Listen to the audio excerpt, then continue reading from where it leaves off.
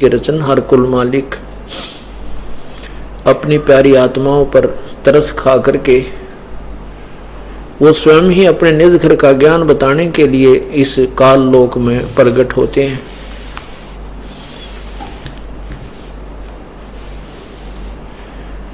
जब वो परमात्मा आते हैं तब तक काल भगवान ने, यहाँ के मालिक ने, ब्रह्मा विष्णु महेश के पिता ने पूरे विश्व को अज्ञान से ओत प्रोत कर रखा होता है।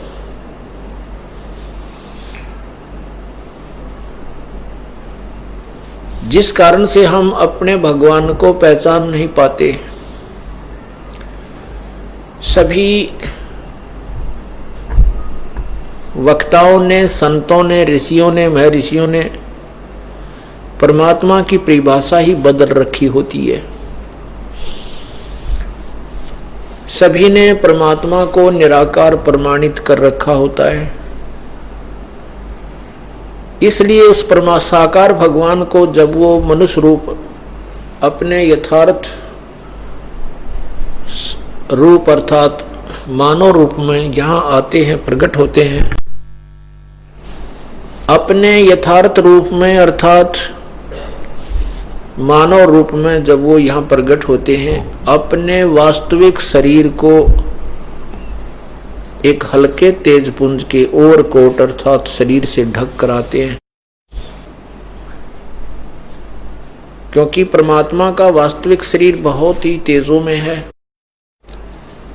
वो अपने उस तेज को हल्का करके उसके ऊपर और आवरण चढ़ा करके प्रकट होते हैं। हम उस अज्ञान सिद्धांत के आधार पर उस प्रभु को नहीं पहचानते।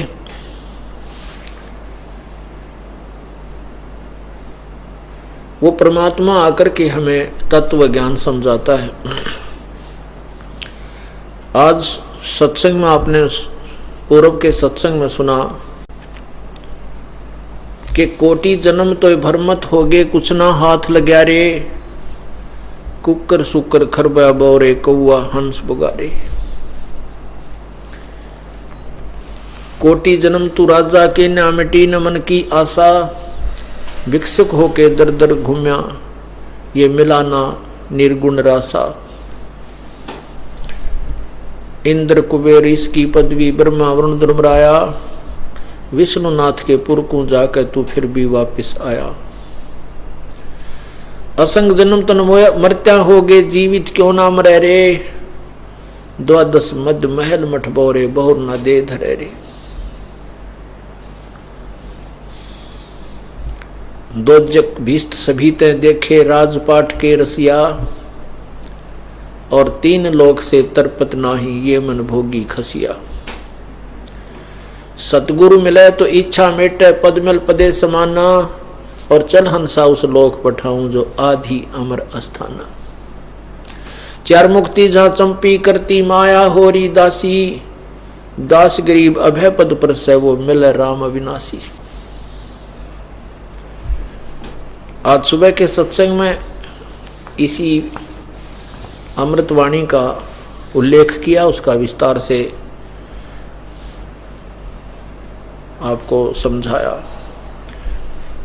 अब जैसे भी कोई साधना कर रहा है, जैसे मार्कंडेय ऋषि जी साधना कर रहे थे, उन्होंने ब्रह्मलोक को ही फाइनल अंतिम उपलब्धि मान रखी थी। ब्रह्मलोक प्राप्त करना अर्थात स्वर्ग, महास्वर्ग को प्राप्त करना ही अंतिम उपलब्धि, अंतिम उद्देश्य मान रखा था। और उसकी प्राप्ति के लिए भी उन्होंने साधनाएं शास्त्र विरुद्ध की, हठ योग किया। उससे कुछ सिद्धियां आ जाती हैं। स्वर्ग महास्वर्ग प्राप्ति कुछ समय के लिए वहां उनका निवास होता है, उसके बाद अपने पुण्यों को समाप्त करके ये फिर वापस मृतलोक में आ जाते हैं। जैसा कि अभी तक जिस भी वेदों के ज्ञाता के मुखारविंद से या उनके करकमलों से लिखे हुआ कोई उनका कोई पुस्तक देखा या उनके वचन सुने, उन्होंने केवल एक ओम नाम को ही उत्तम माना और फिर भी अज्ञानतावश अन्य साधना ही करते रहे। कहते कुछ थे, करते कुछ रहे, क्योंकि उनको वो संशय रहित नहीं थे, वो भी संशय में थे, डाउटफुल थी उनकी अपनी भी थ्योरी। इसी कारण से वो काल के जाल से नहीं निकल सके। गीता ज्ञानदाता अध्याय नंबर 11 के श्लोक नंबर 47-48 में स्पष्ट करता है कि ये मेरा वास्तविक स्वरूप है, मैं ऐसा हूं क्योंकि काल, ये ब्रह्म, ये काल इसका वास्तविक रूप है। बाकी अन्य रूप ये ब्रह्मा बना लेता है, विष्णु बना लेता है, शिव बना लेता है, लोग भ्रम में पड़ जाते हैं, साधक भ्रम में पड़ जाते हैं, जिस कारण से इसके पुत्र ब्रह्मा विष्णु महेश की उपासना में ही ये लगे रहते हैं। इस काल भगवान ने कसम खाई है, प्रतिज्ञा की हुई है कि मैं अपने यथार्थ रूप में कभी किसी को दर्शन नहीं दूंगा। दर्शन क्यों नहीं देगा? क्योंकि इसका बड़ा भयंकर रूप है और ये एकांत में छुप करके ये सब 1 लाख प्राणियों को नित्य खाता है, आहार करता है। गीता जी अध्याय नंबर 11 के श्लोक 47 में ये कहता है कि अर्जुन, ये मेरा वास्तविक रूप जो तूने देखा, मैं काल हूं। गीता जी अध्याय नंबर 11 के श्लोक 32 में कहा है कि मैं काल हूं। काल अस्मि लोक अक्षकृत प्रवर्ध लोकान समाहर्तुम यह प्रवर्त ऋत्य अपि त्वाम न भविष्यन्ति सर्वे ये अवस्था प्रतिकिनेशु निकेशु योधा। क्या कहा इसमें कि लोकों का नाश करने वाला मैं बड़ा हुआ काल हूं, इस समय इन लोकों को नष्ट करने के लिए परिवर्त हुआ हूं। ये देखिएगा पवित्र गीता जी, श्रीमद् भगवत गीता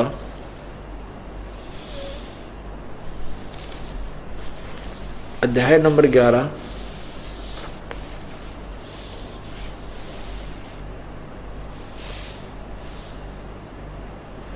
अब श्लोक 32 में कहा है, लोकों का नाश करने वाला बड़ा हुआ ये काल है, यानी काल हूं, ये महाकाल लिखा उन्होंने। इसमें इन लोकों को नष्ट करने के लिए प्रवृत्त हुआ हूं। इसलिए जो प्रतिपक्षियों की सेना में सथित योद्धा लोग हैं, वे सब तेरे बिना भी नहीं रहेंगे। अर्थात तेरे युद्ध न करने से भी इन सब का नाश हो जाएगा। ये तो कंसेप्ट क्लियर हो गया कि गीता बोलने वाला काल है। और आगे देखिएगा गीता अध्याय नंबर 11 के श्लोक 21 में, 20 और 21 में, ये अध्याय नंबर 11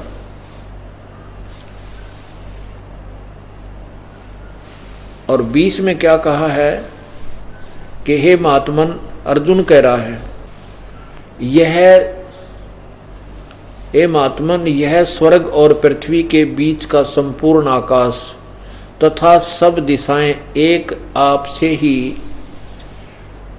परिपूर्ण हैं तथा आपके इस अलौकिक और भयंकर रूप को देखकर तीनों लोग अति व्यथा को प्राप्त हो रहे हैं, अर्थात बड़े दुखी हो रहे हैं। अब 21 में क्या कहा?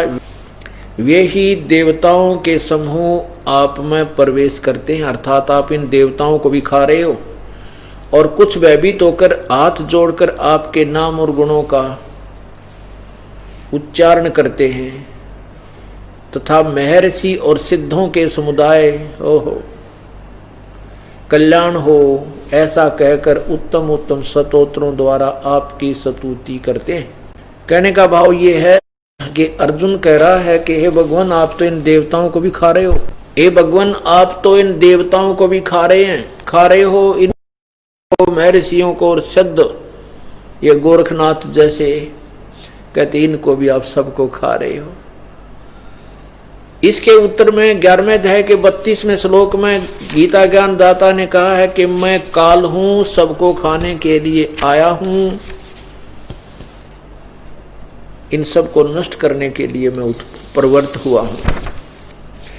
फिर ये कहता है कि अर्जुन, ये जो तूने मेरा रूप देखा,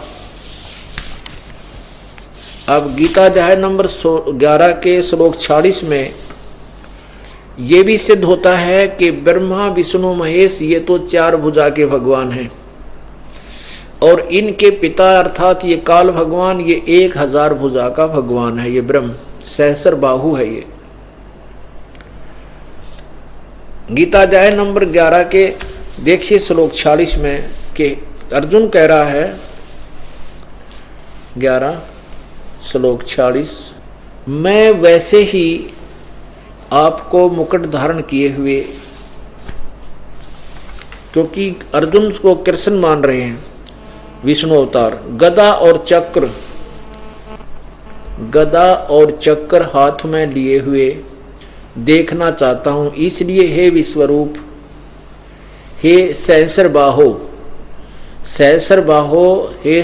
बाहो अर्थात हे 1000 भुजा वाले भगवान, आप उसी चतुर्भुजी रूप में प्रकट होइए। अब ये भी कंसेप्ट और अच्छा क्लियर हो गया कि ये काल जो है 1000 भुजा का भगवान है। 1000 भुजा इस काल की है, चतुर्भुज ब्रह्मा विष्णु महेश की है। तो अर्जुन उसको श्री कृष्ण समझ रहा है, जबकि कृष्ण अलग खड़ा है, काल उसे बाहर विराट रूप दिखा रहा है और कह रहा है कि मेरा ये रूप है। अर्जुन कहता है 1000 भुजा वाले भगवान, आप उसी चतुर्भुज अर्थात विष्णु रूप में प्रकट होइए, क्योंकि अर्जुन उसे विष्णु मान रहा है। अब 47 में कहता है, देखिए अब 47 श्लोक में अध्याय 11 के ही ये 46 आपने पढ़ा, अब 47 देखिए। हे अर्जुन, अनुग्रह पूर्वक मैंने आप अपनी योग शक्ति के प्रभाव से यह मेरा परम तेजो में सबका आदि सीमा रहित विराट रूप तुझको दिखलाया है, जिसे तेरे अतिरिक्त दूसरे किसी ने पहले नहीं देखा था। अब क्या स्पष्ट हुआ इससे? गीता ज्ञान दाता कह रहा है कि ये मेरा जो 1000 भुजा का रूप है, ये तेरे अतिरिक्त पहले किसी ने नहीं देखा, ये मेरा विराट रूप। और आप महाभारत में सुनते आए हो कि जब भगवान श्री कृष्ण जी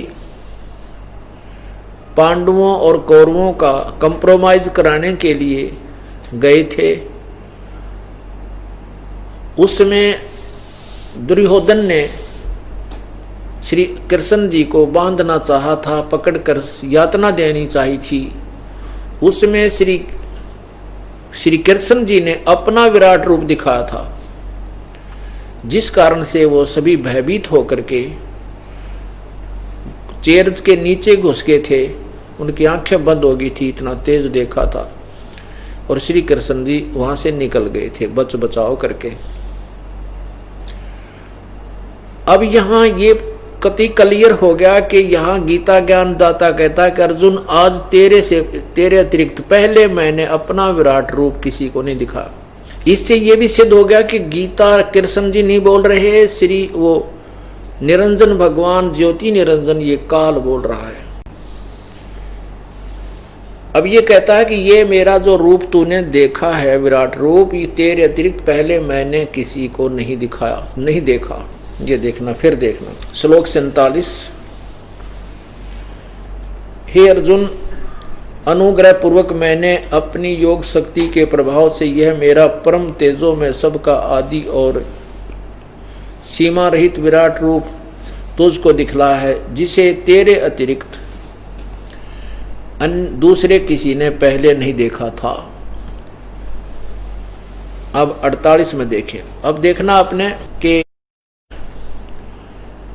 अभी आपको बताया कि कौरव पांडवों के कंप्रोमाइज कराने के लिए भगवान श्री कृष्ण गए, उन्होंने अपना विराट रूप पहले दिखा दिया था। यदि यहाँ श्री कृष्ण बोल रहे हो तो ये शब्द प्रयोग नहीं करते कि तेरे अतिरिक्त पहले मैंने किसी को नहीं ये दिखाया, अर्थात तेरे अतिरिक्त पहले किसी ने मेरा विराट रूप नहीं देखा, क्योंकि श्री कृष्ण जी अपना विराट रूप कौरवों की सभा में दिखा चुके थे।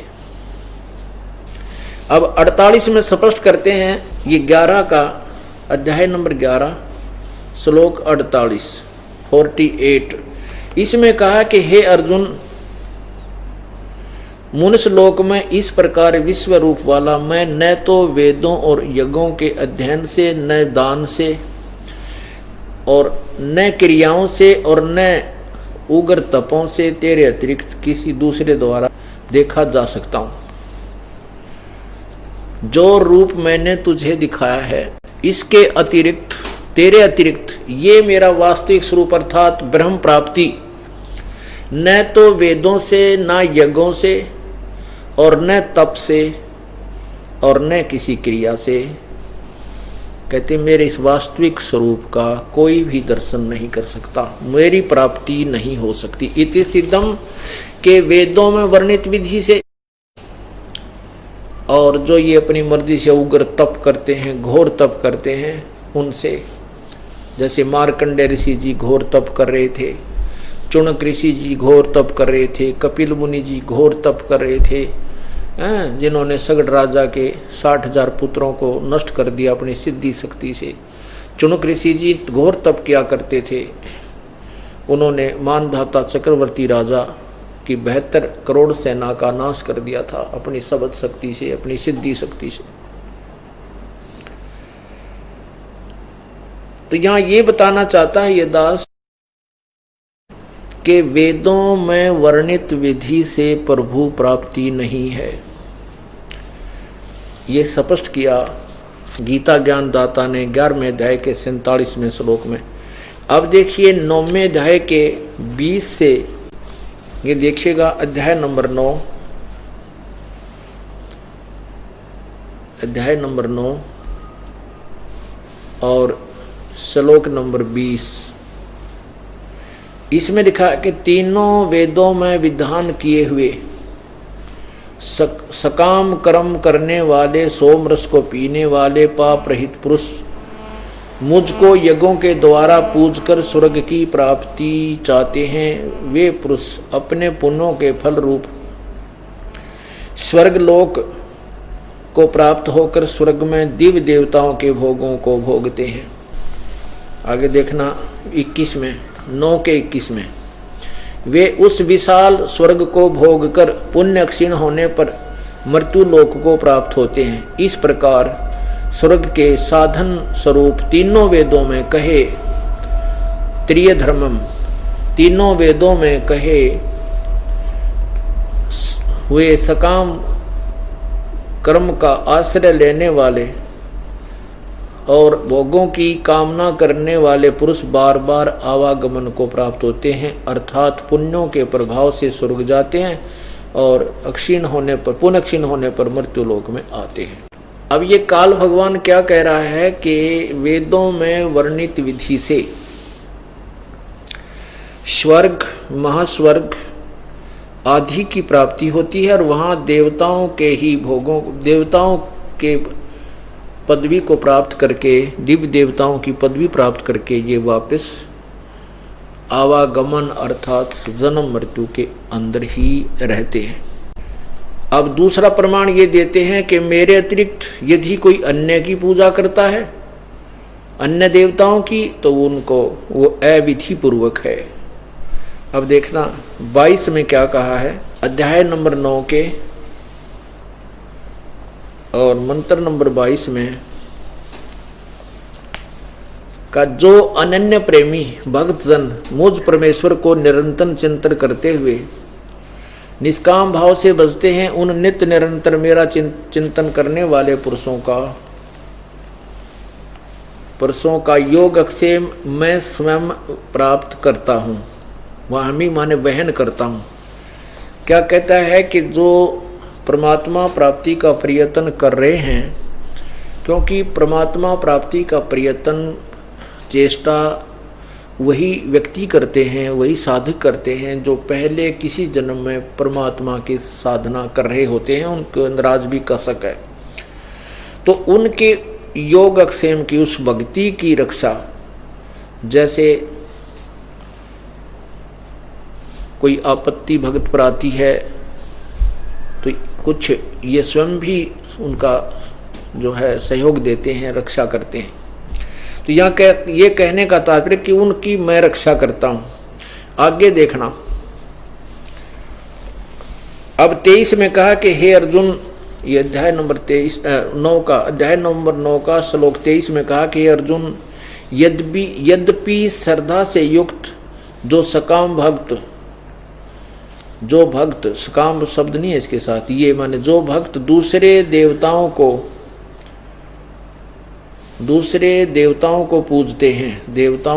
पूजते हैं, वे भी मुझको ही पूजते हैं, किंतु उनका वह पूजन अविधि पूर्वक अर्थात अज्ञान पूर्वक है।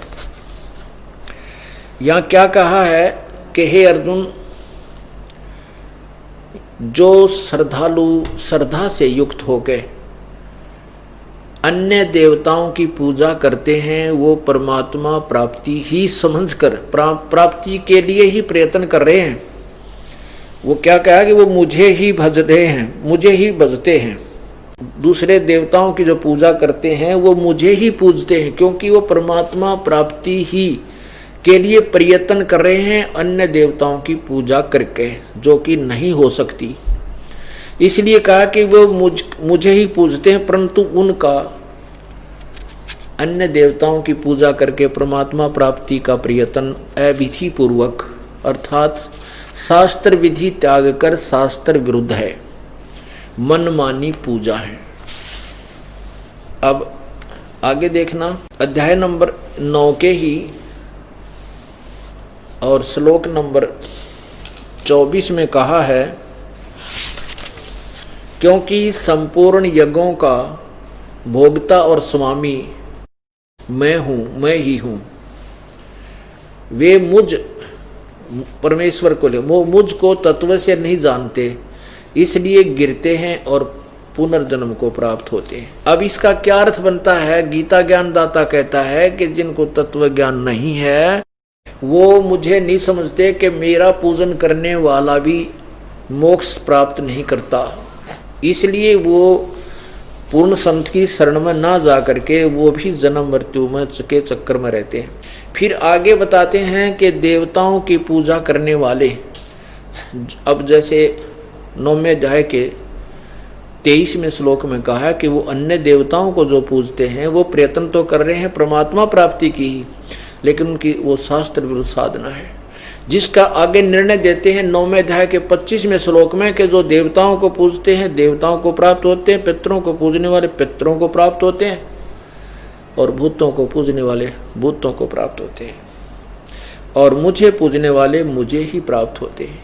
अब जैसे कोई ओम नाम का जाप ब्रह्म साधना करते हैं, देवताओं की पूजा और की नहीं करते, तो वो स्वर्ग में चले जाते हैं, वो काल जाल में ही रह जाते हैं, महास्वर्ग में चले जाते हैं, ब्रह्मलोक प्राप्त करते हैं। अब देखना, अध्याय नंबर 9 का श्लोक नंबर 25, देवताओं को पूजने वाले देवताओं को प्राप्त होते हैं, पितरों को पूजने वाले पितरों को प्राप्त होते हैं, भूतों को पूजने वाले भूतों को प्राप्त होते हैं, और मेरा पूजन करने वाले मुझको ही प्राप्त होते हैं। ये आगे तो इन्होंने तिगड़मबाजी भराई है, बाकी इतना ही काफी है, प्राप्त होते हैं।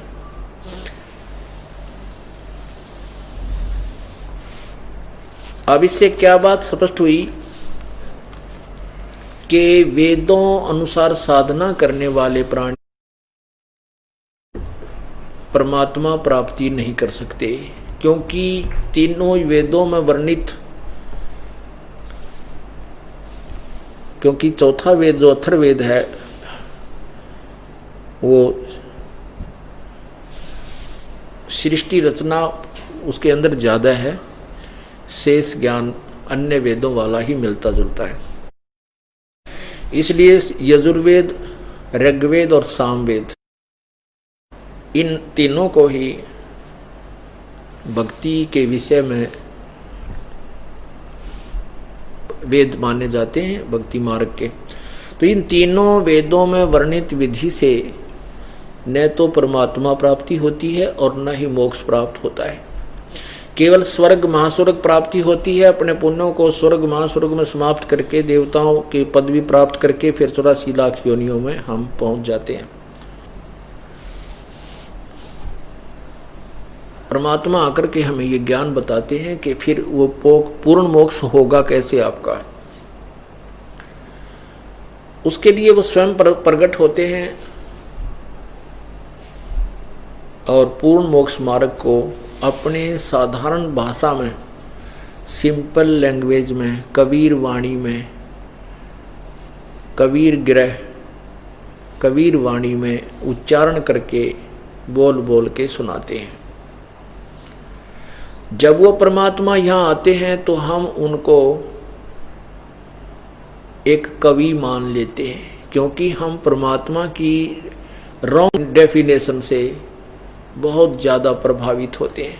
हम परमात्मा को निराकार मानते हैं, जबकि वेद साक्षी हैं कि परमात्मा साकार है, वो मनुष्य सदृश है। ये सभी पवित्र धर्मों के सदग्रंथ गवा देते हैं, साक्षी हैं। और ऋग्वेद मंडल नंबर 9 और सूक्त नंबर 96 यानी 96 के मंत्र 16 से लेकर 20 तक उस पूर्ण परमात्मा के कबीर भगवान का नाम भी दिया है और वो कहाँ रहता है ये भी प्रमाणित किया है। अब देखिएगा ऋग्वेद मंडल नंबर 9 और सूक्त नंबर 96। ये देखिएगा ऋग्वेद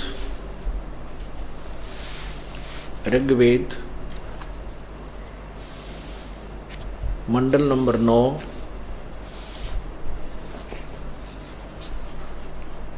और 10 इकट्ठे ही हैं। इस पे मोहर लगाई है महर्षि दानंद सरस्वती। और ये कहाँ से छपे हैं ये देखिएगा। प्रकाशक हैं सार्वदेशिक आर्य प्रतिनिधि सभा, महर्षि दानंद भवन, रामलीला मैदान, नई दिल्ली 2, फोन नंबर इतने इतने। और कहाँ से? ऋग्वेद आर्य भाषा भाष्य महर्षि दानंद सरस्वती कृत। ये कहते हैं दानंद जी द्वारा की गया है, क्योंकि इसके नाम से ये व्यक्य गणे थे। स्वामी दानंद की मोहर लाए पातशाह वेद व्यक्य ज्यादा थे, इसलिए इन्होंने 9-10 मंडल पर भी अपनी दुकान चलाने के लिए इन आर्य प्रतिनिधि लोगों ने दानंद जी की मोहर लगा दी कि स्वामी दानंद के द्वारा भाष्य इसका अनुवाद है। लेकिन ये 9 और 10 मंडल स्वामी दानंद जी का अनुवादित नहीं है, ये अन्य आर्य आचार्यों के द्वारा अनुवादित है। फिर भी इसके ऊपर दृष्टिकोण गाइडलाइन स्वामी दानंद जी वाली ही अपनाई गई है। अब देखना, लेकिन फिर भी सच्चाई को नहीं छुपा सके। ये कहाँ से छपे हैं? मुद्रक हैं Prince offset printers, 1510 Pataudi house, Daryaganj, नई दिल्ली, फोन इतना इतना। अब इसमें ये क्या बता रहे हैं देखिएगा। ये है ऋग्वेद मंडल नंबर 9 सूक्त 96 और इसका प्रथम ही ये मंत्र है, 16 मंत्र। 16 में क्या कहा इन्हीं के द्वारा सुनिएगा, इन्हीं के शब्दों में पढ़िएगा पहले, फिर हम विचार करेंगे। कोई बालक नहीं, आज हम सभी अक्सर ज्ञान युक्त हैं। और संस्कृत और हिंदी ये देवनागरी लिपि है, आसानी से हम समझ सकते हैं और शब्दकोश हमारे पास है। देखना ऋग्वेद मंडल नंबर 9 सूक्त 96 का मंत्र 16, इसमें क्या कहा इन्हीं के शब्दों में इन्होंने अनुवाद किया है। हे परमात्मना सर्वोपरि रहस्य श्रेष्ठ, ये नाम शब्द है संस्कृत में, नाम। यहाँ भी देखो ये नाम, ये संस्कृत है, सवायुध है, सव आयुध है। सूत्र भी पूयमाने है, अर्थ गुह्यम चारु नाम, अभर्ष गुह्यम चारु नाम, अभिवाजम सप्तरीव सर्वास्यम भी वायु भी गा देव सोम। इसका क्या अर्थ किया इन्होंने कि हे परमात्मन सर्वोपरि रहस्य श्रेष्ठ जो नाम का अर्थ नाम जो तुम्हारी संज्ञा है, अर्थात इसका भावार्थ ये समझो कि हे परमात्मन आपका सर्वश्रेष्ठ जो नाम, चारों माने श्रेष्ठ नाम है, जो आपका सर्वोपरि रहस्य में सर्वोपरि रहस्य युक्त श्रेष्ठ जो नाम का अर्थ नाम ही लिख दें, जो आपका सर्वश्रेष्ठ जो गुप्त नाम है, रहस्य युक्त नाम है, आप उसका ज्ञान कराएं कि आपका वास्तविक नाम क्या है। आप उसका स्वयं ही प्रकट होकर के पहले जैसे आते रहते हो ऐसे अपनी वास्तविकता बताएं। इसका अर्थ इन्होंने अनर्थ किया है, इसका अर्थ इस दास ने किया है। इसका अनुवाद है कि हे परमेश्वर आप सवायुध है, सव आयुध, आयुध माने शस्त्र, अपने उस तत्व ज्ञान रूपी शस्त्र युक्त उस अपने तत्व ज्ञान रूपी शस्त्र द्वारा आप अपने तत्व ज्ञान रूपी शस्त्र युक्त हैं, अर्थात आप ही इस अज्ञान रूपी अंधकार को खत्म नष्ट करने वाला वो शस्त्र आपके पास है तत्व ज्ञान।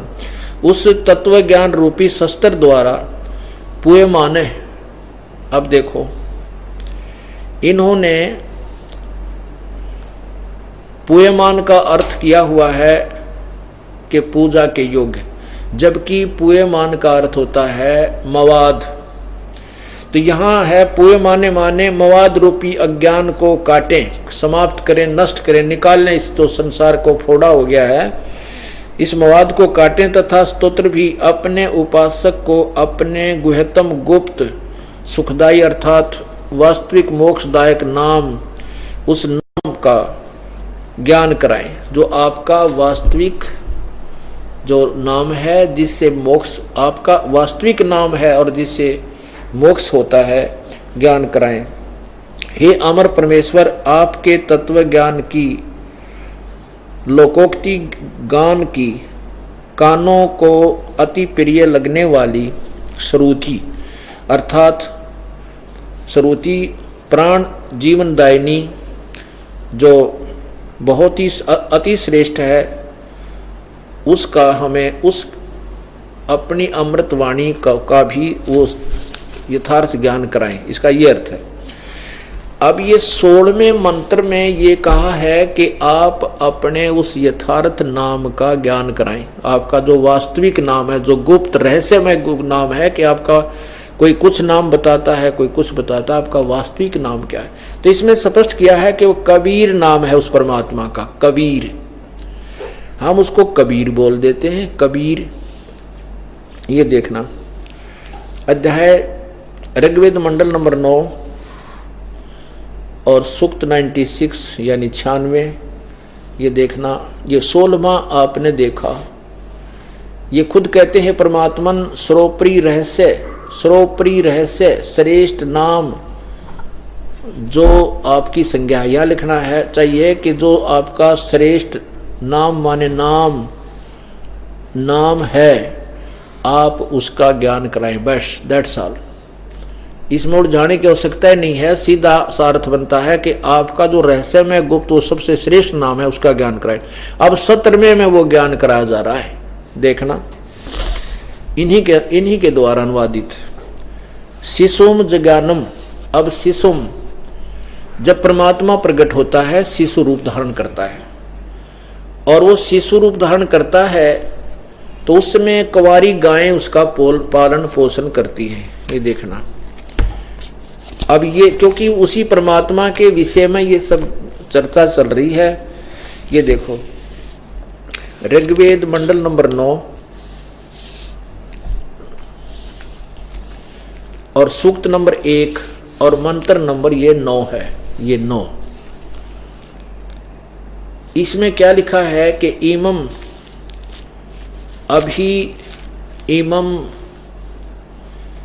ये है उस इमम माने उस, सोम माने सोम स्वभाव वाले, सोम माने परमात्मा लिखना था, सोमम, सोमम माने परमेश्वर, क्योंकि सोम माने सैकड़ों जगह इन्होंने लिखा है सोम माने परमात्मा, सोम माने परमात्मा।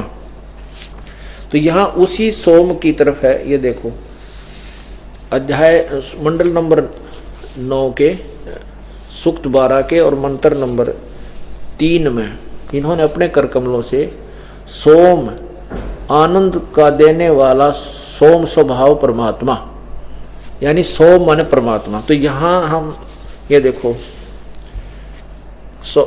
12 के, यही 12 के 9 के मंत्र 12 सूक्त 12 में और मंत्र 8 में स्पष्ट किया है।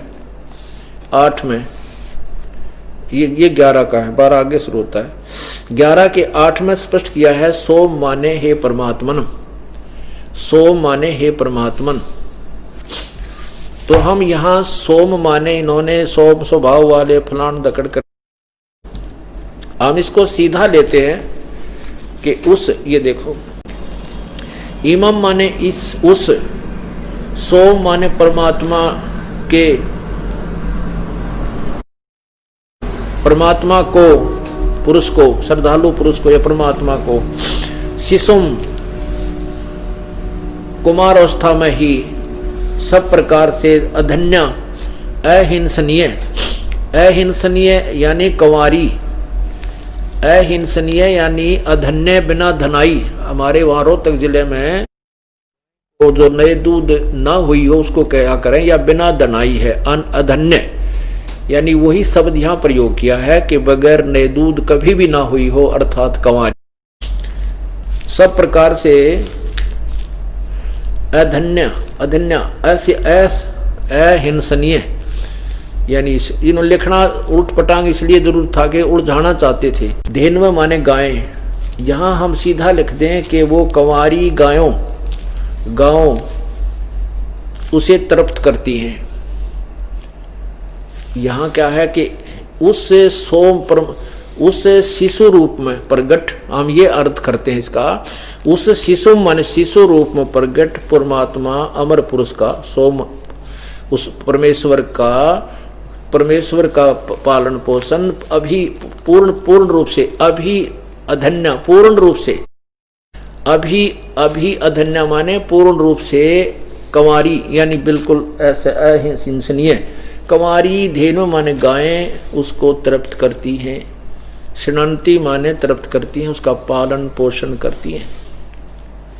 अब इसी से आगे चला है कि वो जो परमात्मा शिशु रूप में प्रकट होता है और फिर वो बड़ा होता है तो अपने ज्ञान को स्वयं ही प्रकट करता है।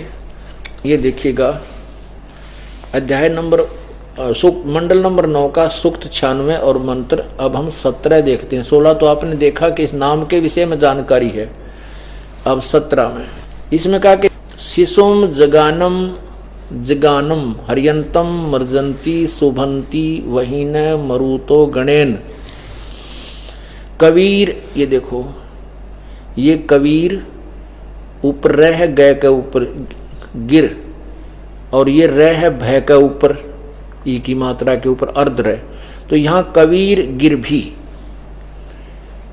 कावेना कबीर, ये अवसर जो लगे हैं इसको हम कबीर भी बोल सकते हैं, कबीर जैसे पुनर, तो ये कबीर संत सोम पवित्र अत्यति रेभन, यहां देखना इन्होंने क्या अर्थ किया है, शिशुम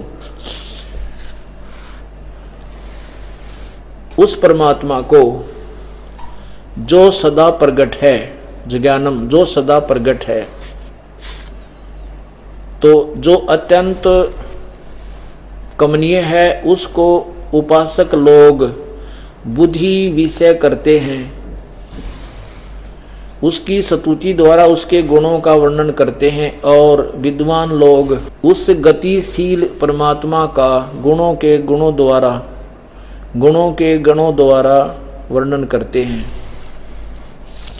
और वह कबीर कवि लोग, गिर भी, ये इन्होंने इसको दो भाग कर दिए, कबीर गिर भी। अब यू र ऊपर है, इसकी दो अलंत लगा दिए यहाँ पर, कबीर और गिर भी। यहाँ कवि लोग, अब इसको हम लिखते हैं कबीर, यहाँ केवल कबीर लिख लें, कबीर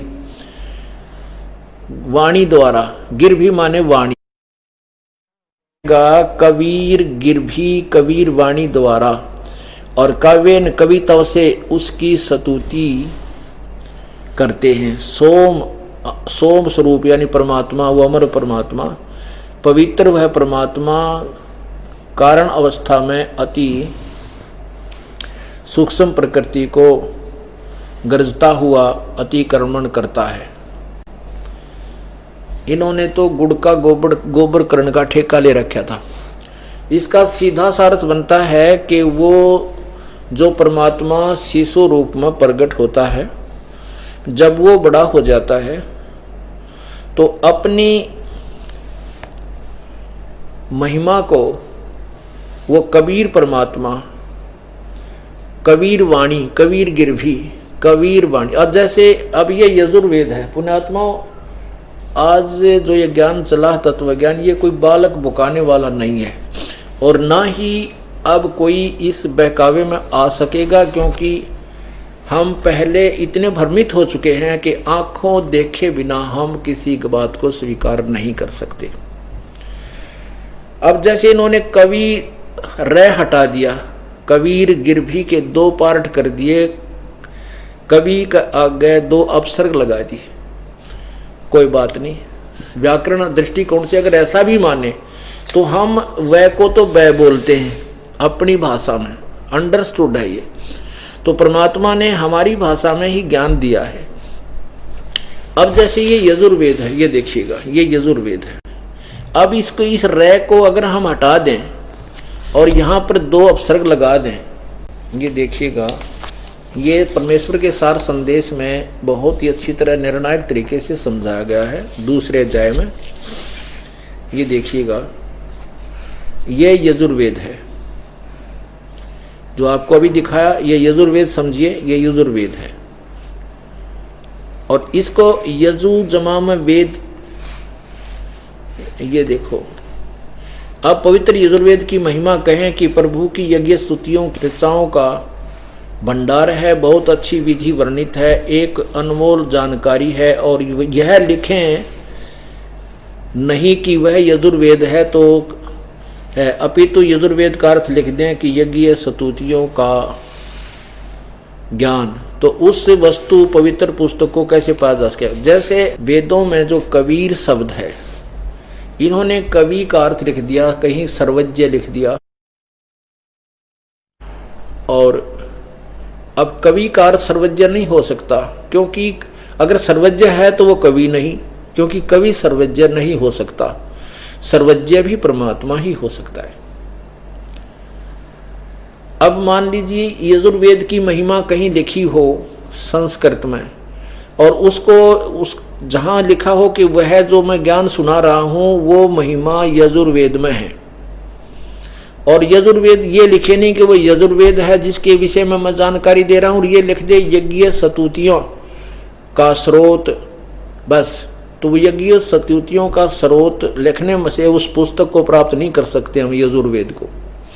ये लिखना पड़े, जहां यजु लिखा है, यजु और दो अपसर्ग लगी हैं यजुर, तो भी लिखना पड़ेगा स यजुर्वेद है, वो यजुर्वेद है जिसके बारे में मैं बता रहा हूं। यजु भी लिखा, यजुम भी लिखा तो भी। ऐसे ही वेदों में जहां कबीर और कवियम आदि शब्द लिखे हैं, वो कबीर परमेश्वर का ही बोध है। और कुछ स्थानों पर कवियम वो कविताओं के लिए ही जो ना प्रयोग किया जाता है, वो अलग विवरण। अब देखो, जैसे भी ये कबीर देव है, अब ये यजुर्वेद है, यजुर्वेद, तो भी यही पवित्र पुस्तक यजुर्वेद का ही बोध है। ठीक इसी प्रकार चारों पवित्र वेदों में लिखा है कि वह कबीर देव, कबीर परमेश्वर है जो सर्वशक्तिमान, जगत पिता, जगत गुरु, सर्वसृष्टि रचनहार, कुल मालिक तथा पाप विनाशक व काल कारागार से छुटाने वाला बंदी छोड़ है। इसको कबीर देव लिखें तो भी कबीर परमेश्वर का बोध है, इसको कवि प्लस में देव लिखें, कबीर देव, ये कबीर प्लस देव लिखें तो भी कबीर परमेश्वर का अर्थात कबीर प्रभु का ही बोध है। तो यही हमने समझना इस तत्व ज्ञान को। तो यहां इन्होंने कबीर को अलग लिख दिया। ये देखिएगा, ऋग्वेद मंडल नंबर 9 सूक्त 96 का 70वां श्लोक है। ये है कबीर गिरभी, ये रे ऊपर है, कबीर गिरभी। तो इन्होंने यहां नीचे इसके 2 पार्ट कर दिए, कोई बात नहीं। यहां लिख दिया कबीर और गिरभी, गिरभी का अर्थ लिख दिया वाणी द्वारा, और कबीर अगर हम लिख दें यहाँ कबीर बस, और कबीर वाणी द्वारा, और ये फिर इसमें 2 बार कबीर लिखा है। कबीर गिरभी कावेना कबीर, ये कबीर। संत सोम, वो अमर परमात्मा जो संत रूप में आता है, वो कबीर ही वास्तव में पूर्ण परमात्मा है, और वो अपनी कबीर गिरभी कबीर वाणी द्वारा कविताओं, कावेना माने कविताओं के माध्यम से अपनी महिमा, रेभन माने ऊंची आवाज में बोल बोल कर सुनाता है। जब वो परमात्मा शिशु रूप में प्रकट होता है, जब वो बड़ा होता है, अपनी महिमा कबीर वाणी के द्वारा, वो कबीर संत रूप में, वो अमर परमात्मा कबीर रूप में संत रूप में आता है, और अपनी महिमा को कबीर वाणी के द्वारा ऊंची आवाज में पवित्रता के साथ गरजता हुआ उच्चारण करता है। गरजता हुआ, बोलता हुआ, कहते हैं कहता हूं कई जाते हूं, कहूं बजा के ढोल, श्वास जो खाली जात है भाई 3 लोक का मोल। वेद प्रमाण करते हैं वो परमात्मा अपनी महिमा कविताओं के माध्यम से स्वयं ही आवाज लगा लगा कर बोलता है, कितना हो खड़ा होकर के, वो होता परमात्मा ही है। और अपनी महिमा को कविताओं के माध्यम द्वारा बोलना है, वो पद्य भाग में उच्चारण करने से वो कवि कहलाता है, कवि प्रसिद्ध हो जाता है, लेकिन वो होता है भगवान ही। आपने इसमें देखा ऋग्वेद मंडल नंबर 9 सूक्त 96 के मंत्र 17 में कि वो परमात्मा कबीर है, और वो कबीर परमात्मा संत रूप में प्रकट होता है, वो अमर पुरुषी होता है, और वो कबीर वाणी के द्वारा अपनी महिमा उच्चारण करके पवित्रता के साथ, निर्मलता के साथ, यानी बिल्कुल निर्णायक तरीके से बोलता है, कहता है। अब 18वें में और प्रमाण कर दिया वो कहाँ रहता है, और उस ऋषि कहो चाहे संत कहो, उस ऋषि यानी संत अर्थात उस ऋषि रूप में प्रकट, उस ऋषि कृत, क्योंकि परमात्मा जैसे अब संत महिमा ज्यादा है तो संत कहलाए, वो अन्य त्रेता सतयुग त्रेता द्वापर में उनको ऋषि सत्सुकृत, ऋषि करुणामय, और ऋषि जो है मुनिंदर जी के नाम से पुकारा जाता था। तो कहते वो ऋषि, उस ऋषि कृत, उस ऋषि के द्वारा जो बोले गए, उच्चारण किए गए, वो वाणी बनाई गई, उनको उसके जो अनुयायी होते हैं उनके लिए वो बहुत प्यारी होती हैं। वो बहुत बड़े समूह उसका अनुयायी बन जाता है, और वो कबीर वाणी अर्थात उसके परमात्मा के द्वारा उच्चारण की गई, उसके द्वारा बनाई गई वो शब्द, वाणी, श्लोक, लोकोक्तियां बहुत ही प्यारी लगती हैं उसके अनुयायियों को, ऐसा प्रमाण दिया है। अभी आपने देखा मंडल नंबर 9 सूक्त 96 का मंत्र 17 आपने अच्छी तरह समझ लिया कि वो कब परमात्मा जो होता है, संस्कृत अच्छी तरह समझ में आएगी इनके अड़ंगा किए हुए ज्ञान से। कबीर गिरभी कावेना कबीर संत सोम पवित्र अति रेभन। सोम माने अमर पुरुष, वो कबीर गिरगित शिशु ज्ञानम जानबूझकर प्रकट हुआ वो कबीर परमात्मा शिशु रूप में प्रकट बहुत ही शुद्धता के साथ अपने मरुतः विद्वान लोग यानी उसके जो अनुयायी जो होते हैं, मरुतः माने अनुयायी, बुद्धिमान लोग जो परमात्मा चाहते हैं तो वो उसकी महिमा गाते हैं। और वो वाणी जो है, वो जो वाणी परमात्मा अपने महिमा कबीर वाणी जो प्रकट करता है उसको वो कबीर वाणी द्वारा अपनी महिमा प्रकट करता है और उसी के आधार से उसके जो बहुत बड़ा समूह अनुयायियों का उनकी महिमा सुनता है उसी के द्वारा।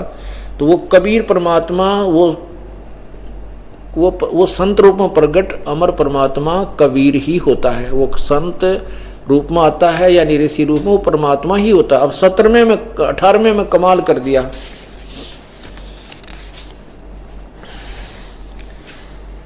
ये देखिएगा अध्याय सूक्त मंडल नंबर 9 का सूक्त 96 मंत्र 18।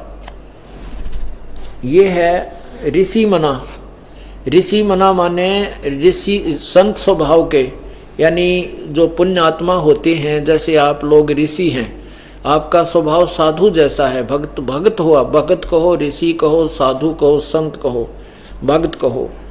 तो कहते हैं उस ऋषि मना ये ऋषिकृत, उस साधु स्वभाव के भक्तों को जो परमात्मा पाने की इच्छा करते हैं और वो ऋषिकृत उस संत रूप में प्रगट ऋषि रूप में प्रगट परमात्मा द्वारा लिखी गई जो उनकी सैंसरणित है अर्थात असंख्य वाणियां जो होती हैं उन वो कवि उसके कारण वो अपनी महिमा सुनाता है, इसलिए उसको कवि की पदवी दे दी जाती है। लोग उसे कवि कहने लग जाते हैं, लेकिन वो परमात्मा वो संत रूप में प्रगट वो परमात्मा पूर्ण ब्रह्म ही होता है। अब देखना ऋषि मना ये 18वां श्लोक है, 18वां मंत्र ऋग्वेद मंडल नंबर 9 सूक्त 96 का 18वां। ऋषि मना ये ऋषिकृत सर्वसा, ऋषिकृत सर्वसा सहसर अणिथ पदवी कवि नाम तृतीयम धामम महिषी शिशन संत सोम विराजमानु राजती सटूप। अब देखो इसका अनुवाद इन्होंने कहा है कि सोम, बिल्कुल ठीक है। सोम माने सोम स्वरूप परमात्मा, अमर रूप परमात्मा, जिसके बारे में 17वें श्लोक मंत्र में कहा गया है वो सोम स्वरूप अर्थात अमर परमात्मा पालन की इच्छा करता हुआ महिष है जो महान वह परमात्मा तृतीयम धाम देवान और पितरान जैसा ही न ज्ञान है, लेकिन ये तृतीयम धाम देखे हम तृतीयम धाम से पृथक तीसरा जो मुक्ति धाम है उसमें विराजमान है। इन्होंने तो उठपटांग करना ही था। इसका सीधा अर्थ है कि तृतीय धामम विराजम, तीसरा जो मुक्ति धाम है उसमें विराजमान है, उसमें रहता है। विराजमान है तो एक देशीय है और साकार है। अच्छा, दूसरा ये है उसको प्रकाश करने वाला है, सतूप है, सतुमान है। अब सतूप का अर्थ होता है सटूप, ये सतूप नहीं है, ये सटूप है। ये देखना नीचे, यहां देखना, ये सटूप है, सटूप। इसको सटूप का अर्थ होता है गुंबज। सटूप माने गुंबद होता है, ये गोल आकार का गुंबद, मंदिर नुमाना। तो इसका अर्थ है वो परमात्मा उस तीसरे धाम यानी सतलोक में एक बहुत ऊंचे सिंहासन पर एक सटूप माने उसमें एक गुम्मद के अंदर विराजमान है, तेजो में शरीर युक्त है, विराट है। विराजम विराजमान राजती, विराजम अनुराजती, राजती माने तेजो में शरीर युक्त है। इसका अर्थ ये बनता है जो इस दास ने किया है, क्योंकि जिसको मौखिक वास्तविक ज्ञान नहीं सृष्टि रचना का, तो वो किसी भी सदग्रंथ का अनुवाद नहीं कर सकता। जैसे रामायण का मौखिक ज्ञान नहीं जिस व्यक्ति को, विदेशी व्यक्ति को, और उसने हिंदी सीख ली हो किसी तरह, चौपाइयाँ पढ़कर वो उसका अनुवाद नहीं कर सकता जब तक उसको रामायण का पूर्ण मौखिक ज्ञान ना हो। अब देखना, अब इस दास के द्वारा किया हुआ अनुवाद आप पढ़िएगा, प्रेमपूर्वक देखिएगा। ये है ऋग्वेद मंडल नंबर 9 सूक्त 96 मंत्र 17। ये है शिशुम जगानम हरियम तम मर्जंती सुबंती वहीन मरुति गणेन कबीर गिरभी कावेना कबीर संत सोम पवित्रम अतेति रेभन। क्या अर्थ है? पूर्ण परमात्मा हरे शिशुम मनुष्य के बच्चे के रूप में जगानम जानबूझकर प्रकट होता, अर्थात अपने तत्व ज्ञान को तम मन उस समय मर्जंती निर्मलता के साथ सुभंती उच्चारण करता है। वही ने प्रभु प्राप्ति की लगी विरह अग्नि वाले मृत्य माने भक्त, गणेन माने समूह, बहुत बड़े भक्त के समूह के लिए काव्यना कविताओं द्वारा, कविताओं से पवित्रम अति एति अत्यधिक वाणी निर्मलता के साथ कबीर गिरभी कबीर वाणी। अब कबीर गिरभी कबीर वाणी, हम इसको कबीर वाणी लिखने लगे। कबीर वाणी द्वारा रेभन ऊंचे स्वर से संबोधन करके बोलता है। कबीर संत सोम, वह अमर पुरुष अर्थात सतपुरुष ही संत अर्थात ऋषि रूप में स्वयं कबीर देव ही होता है, परंतु उस परमात्मा को न पहचान कर उसे कवि कहने लगते। आगे प्रमाणित होता है। अब 18वां श्लोक में, ये 18वां मंत्र है, ऋग्वेद मंडल नंबर 9 सूक्त 96 मंत्र 18। इसकी संस्कृत देखिए। ऋषि मना ये ऋषि कृत सवरसा सहसरणिथ पदवी कवि नाम तृतीयम धाम महिषी सैसा संत सोम विराजमानु राजती सटूप। वेद बोलने वाला ब्रह्म कह रहा है कि यह जो पूर्ण परमात्मा विलक्षण बच्चे के रूप में आकर